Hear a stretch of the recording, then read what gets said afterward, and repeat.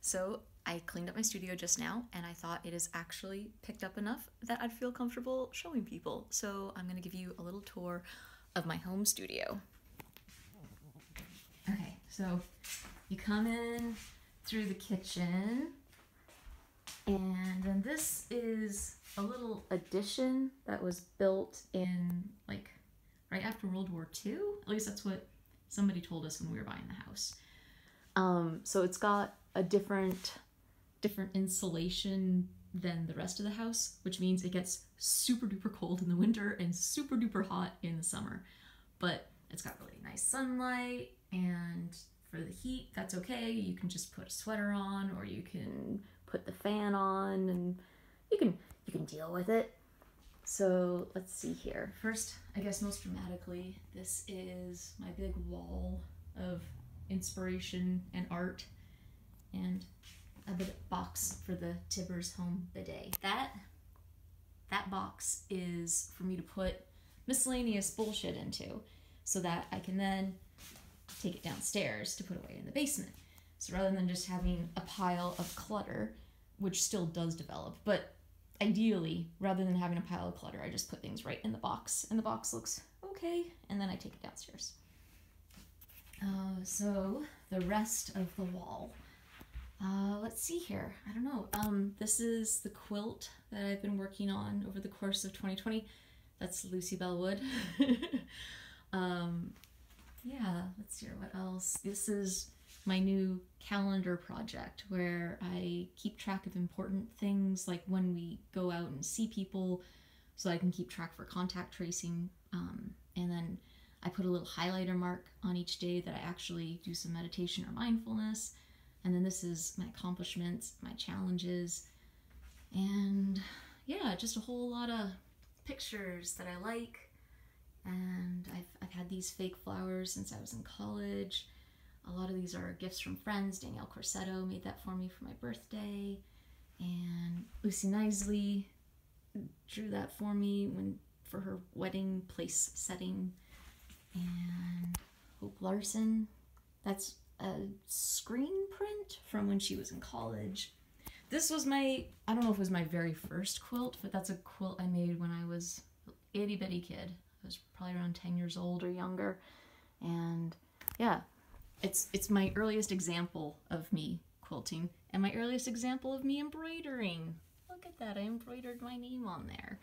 And then I wrote in puffy paint my two best friends' names, and this one, I didn't wait long enough for the paint to dry before I touched it.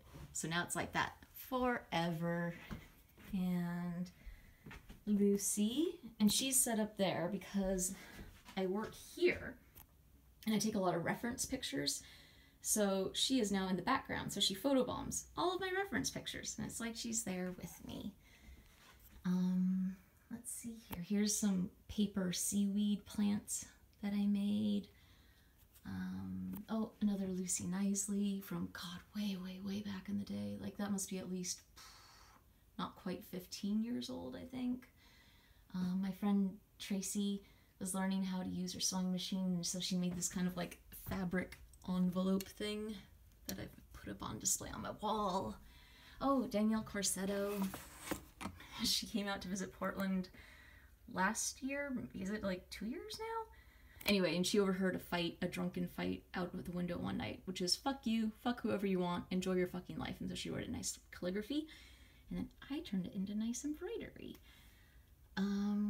Oh, here is a screen print from Isabella Rotman for the lunar calendar of 2021. And I don't actually know how to read a lunar calendar, but I thought it was really pretty, and it's got this really pretty silver ink, so that's why I got it. Oh, my étudiante carte from when I was a student in France, and that was my card that said, it's okay that I'm here. I'm allowed to be in France for an extended period of time, I think. Another Isabella Rotman screen print thing. I got this at Goodwill for 99 cents. Yeah, 99 cents. I think it's supposed to hold a candle, but for me it's just a little piece of fake coral. And yeah, so IKEA box full of bullshit like faucet fixtures. And I've got these faucet fixtures that I got at Home Depot because I want to make art with them someday. But obviously I haven't gotten around to it, so instead they just live in my drawer that says faucet fixtures. And then this is the popsicle stick drawer. Got lots of popsicle sticks. And, oh, this is the miscellaneous boxes drawer. It's really hard to open. Never mind. Just trust me. And let's see here. Oh, shot glass from Rich Stevens. I use this to hold my used up nibs from my Wacom pen. This kills me every time I've ever used it. It's from Martha Stewart, and you use it to cut a perfect circle on paper, which is awesome, except I always forget how to handle the blade and the tool and how to put them in and take them out.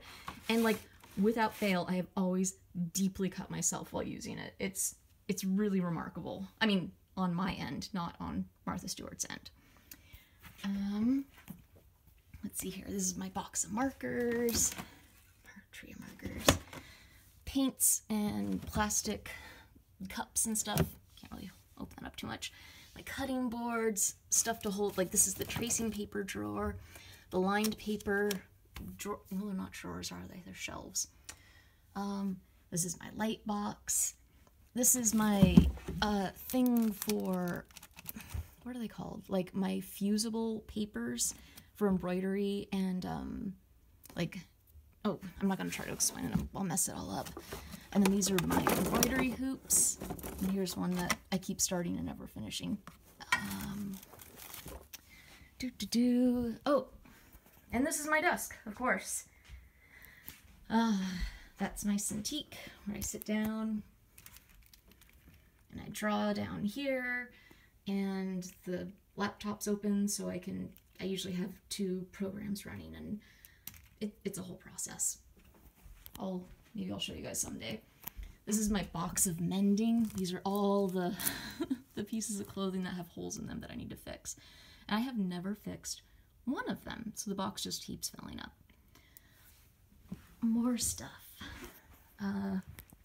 Last year, I went on this super organization binge, and I went out to Goodwill and to these other secondhand shops, and I bought all these boxes. These guys, and that one,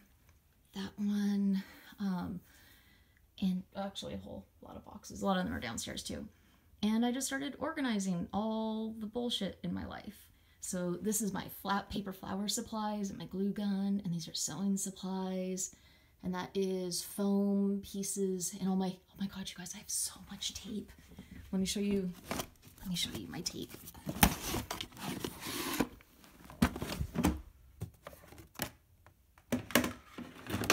Look at all this tape I have. They all serve different purposes, and it's so much.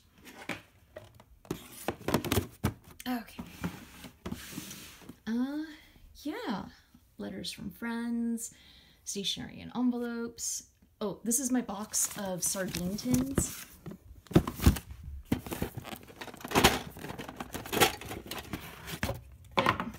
Just a box of tins for sardines. I have this art project idea that I want to do, and I haven't done it yet, so I've just been collecting these for like 2 years now. Matt says this is hoarding, but I say this is future art. So I'll show him someday, not today. And let's see here. My dad gave me some old Christmas decorations from his office, and I saved them. This is a bed spring that I got at a secondhand shop, and that was like, that's junk. And I was like, yes, but it's cool. So that's it. Oh, this, I store all my loose pieces of thread in here. So you know when you're sewing and you just have a little bit of thread left over, and it's not enough to do anything with, I put it in this Parmesan cheese shaker, which I also got at a secondhand shop. And yeah, I don't know. Let's hear. Oh, some of my sketchbooks. Lots of my paper, my little scraps of paper that are too small to necessarily do anything special with, but I save them just in case someday I need a little embellishment. And these are all my like fancy decorative papers, more utilitarian papers, These are little mini sketchbooks, lots of tools, scissors, sharp things, highlighters, funny foam brushes that I have never once used, ever in my entire life, but I've got them just in case someday I might. Colored pencils, pens where I'm pretty sure the ink has dried out in all of these ones, mechanical pencils, toothbrush for splattering, and yeah, and then, oh, these are my boots from my friend Jessica, who's also my cobbler, and I use those to go out into the yard, and that's the yard. That's Lemony Snicket, my lemon tree. Oh, and this is the other side of this studio edition thing in my house. That's recycling and garbage and the broom and paper bags from the grocery store and glass that needs to go out to the glass recycling, and then what are these called? A dresser? Dresser's for a bedroom though. Well, it's a dresser for the downstairs, and Tig likes to sleep there. So yeah, I don't know. That's it. I hope any of this was usable to share online.